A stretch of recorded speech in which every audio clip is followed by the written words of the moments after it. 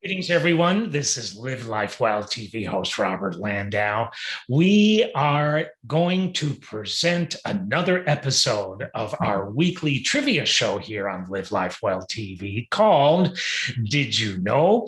This episode, we continue our episodic tribute to Hollywood movie blockbusters, those great movies of yesteryear, and with a focus on things that you might not have known concerning some of your favorite movies of yesteryear. This episode is no different. We're going to take a look at facts and figures concerning the movie Casablanca. Stay tuned.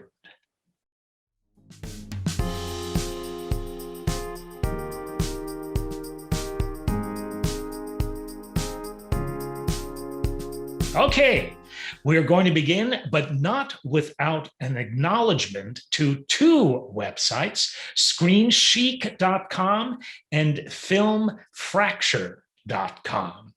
Few films inspire more comfort, more warm feelings than this Hollywood classic, Casablanca, starring Humphrey Bogart, Ingrid Bergman, and Paul Henreid as a cynical nightclub owner, the woman he once loved and her husband, all forced to figure out their feelings amid Nazis and the Moroccan desert. So many people still tell me that Casablanca happens to be one of their favorite films. So, with that in mind, we assembled these Did You Knows. Did you know that Casablanca is a 1942 American romantic drama that was directed by a really famous, well-known, very talented Hollywood director by the name of Michael Curtiz. And this is what Roger Ebert once said about the movie. Roger Ebert says that, quote, "If we identify strongly with the characters in some movies, then it is no mystery that Casablanca is one of the most popular films ever made. It is about a man and a woman who are in love and who sacrifice love for a higher purpose. This is immensely appealing. The viewer is not only able to imagine winning the love of Humphrey Bogart or Ingrid Bergman, but unselfishly renouncing it as a contribution to the great cause of defeating the Nazis." Mr. Ebert goes on to say, no one making Casablanca thought they were making a great movie. It was simply another Warner Brothers release. It was an A-list picture, to be sure. I mean, with those stars, why wouldn't it be? But it was made on a very tight budget and released with small expectations. Everyone involved in the film and would be in dozens of other films made under similar circumstances. The greatness of Casablanca, as with many other films, was largely the result of happy chance. The screenplay was adapted from a play of no great consequence. Memoirs tell of scraps of dialogue jotted down and rushed over to the set. What must have helped is that the characters were firmly established in the minds of the writers, and they were characters so close to the screen personas of the actors that it was hard to write dialogue in the wrong tone. Humphrey Bogart played strong heroic leads in his career, but he was usually better as the disappointed, wounded, resentful hero. Remember him in The Treasure of the Sierra Madre, convinced the others were plotting to steal his gold in that film. In Casablanca, Bogart plays Rick Blaine, the hard-drinking American running a nightclub in Casablanca when Morocco was a crossroads for spies, traitors, Nazis, and the French resistance. So let's begin with our Did You Knows. Did you know that Casablanca is based on Everybody Comes to Rick's, which is a stage play that was written in 1940 by Murray Burnett and Joan Allison? Did you know that Burnett and Allison originally had set their story not in Casablanca, but in Lisbon, reportedly because they liked the idea that Portugal's coastal capital might be the final stop for refugees heading to America. Did you know that Ronald Reagan initially was considered for the role of Rick? At the time that Casablanca was in the early stages of production, Reagan had already accepted an officer's commission in the US Cavalry Reserve, and almost immediately after the release of his film, King's Row, was called into active duty. Did you know that as time goes by, which of course is an integral element of Casablanca, but the song actually wasn't written for the film. The song was written by William Hupfield back in 1931 and was first recorded by the incredible Rudy Vallee that same year. It was part of Burnett and Allison's original play of Casablanca that led to the movie because the song was a favorite of Burnett during his college days. So when they were working on the plot device of the female lead requesting the song she and Rick loved from the piano player as time goes by was Burnett's choice. Following Casablanca's release, As Time Goes By was reissued by RCA Victor Records, but not with Wilson, who sings the song in the movie, singing the song, because a musician strike that lasted from 1942 all the way to 1944 prevented a new recording of As Time Goes By. So Rudy Vallee's original recording of the song enjoyed new life thanks to the film. It became a #1 hit. Did you know that the actor Conrad Veidt would play a Nazi on one condition only? Born in Berlin, Veidt was known for being staunchly anti-Nazi, and Germany knew it. He and his wife emigrated to the UK in 1933 and then moved on to Hollywood in 1940.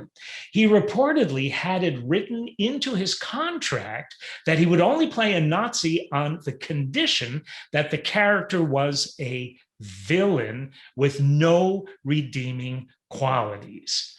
And the major that he played in the film certainly fits that description. Did you know that Joseph of Hollywood, which crafted the jewels for Casablanca's costume designer, Ori Kelly, but it's interesting to mention the following. The brooch worn by Ingrid Bergman for her entrance in the film, a swirl and fringe of crystals, can also be seen in at least 2 other Warner Brothers films. So that brooch got a lot of play. It's also worn by Ilka Chase roughly midway through Now Voyager, and it also made in 1942 an appearance on the one, the only Joan Crawford in her amazing 1945 picture, Mildred Pierce.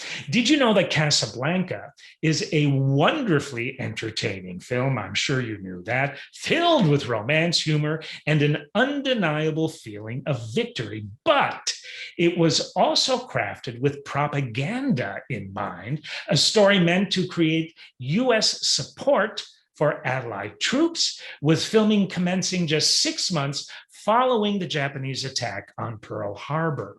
While the film originally had been set for a 1943 release, it was moved up to late November of 1942 to coincide with the Allied forces' ultimately successful invasion of North Africa. Did you know that while it's a legend and a favorite among classic film fans, few who worked on Casablanca anticipated its initial or long-term success, as Roger Ebert said earlier in this episode? I read you his words. In Bergman's 1980 autobiography, Ingrid Bergman has a wonderful autobiography that she wrote in 1980. It's called My Story. She wrote these words. Every morning we said, well, who are we and what are we doing here? And Michael Curtiz, the director of Casablanca, would say, we're not quite sure, but let's get through this scene today and we'll let you know tomorrow. Did you know that Casablanca was the fourth highest grossing film of 1943 after the musical This Is the Army in the #1 spot, followed by For Whom the Bell Tolls and the Song of Bernadette. But Casablanca bested the latter two to win Best Picture at the 1944 Academy Awards, while director Curtiz also took home Best Director, and the Epsteins, together with Howard Koch, won Best Screenplay. Casablanca captured 5 other Oscar nominations, including Bogart for Best Actor. The thing is, these were nominations. Unfortunately, Bogey lost to actor Paul Lucas when he won Best Actor for Watch on the Rhine. Claude Rains was also nominated for Best Supporting Actor in Casablanca, but Charles Coburn won that award for The More the Merrier. Ingrid Bergman, however, wasn't recognized with the Best Actress nod, likely because of her role in For Whom the Bell Tolls, which netted that nomination. But she also lost that year to Jennifer Jones, who won Best Actress for The Song of Bernadette. Did you know that Bogey never said the words, "Play it again, Sam," in the movie? It's one of the most famous lines in film history, but it's emblazoned in the memory of every Casablanca viewer, it seems. Even Woody Allen made a movie called Play It Again, Sam, highlighting this phrase's popularity. Problem is, Bogart's Rick, who is often credited with saying "Play It Again, Sam" in Casablanca, never said that. He said, "Play it." And he said, "Play it" to Sam in the movie. Bergman's Ilse Lund did say something along the lines of "Play it again, Sam" in the movie early on in the picture, but still not the exact phrase. Did you know that Rick did say, Bogey's character in Casablanca, "Here's looking at you, kid," and "Louis, I think this is the beginning of a beautiful relationship," the latter phrase, which is the final line in Casablanca, was added by Bogey after shooting ended, where it was dubbed in. That leaves us with only 2 more did you knows about the blockbuster hit Casablanca for Warner Brothers. Did you know that Bogey's height had to be adjusted? Bogart, at 5 feet 8 inches tall, was nearly 2 inches shorter than Ingrid Bergman, and that just wouldn't work, as you can well imagine, during filming. The director, Mr. Curtiz, made Bogey stand on blocks or sit on top of cushions to appear taller than his cinematic love interest. Anyway, I hope you enjoyed this episode. I hope you learned some things about Casablanca that you might not have known before. I think the movies of yesteryear were incredibly special. In a way, just my opinion, far better than many of our present movies. That's why, if you haven't seen it in a while, or if you haven't seen it, taking another look or a first look at Casablanca might be something to put on your list of to-dos. Thank you so much for being with me on this episode of Did You Know? We look forward to seeing you on our next episode, which will choose another Hollywood movie blockbuster to give you some Did You Knows about.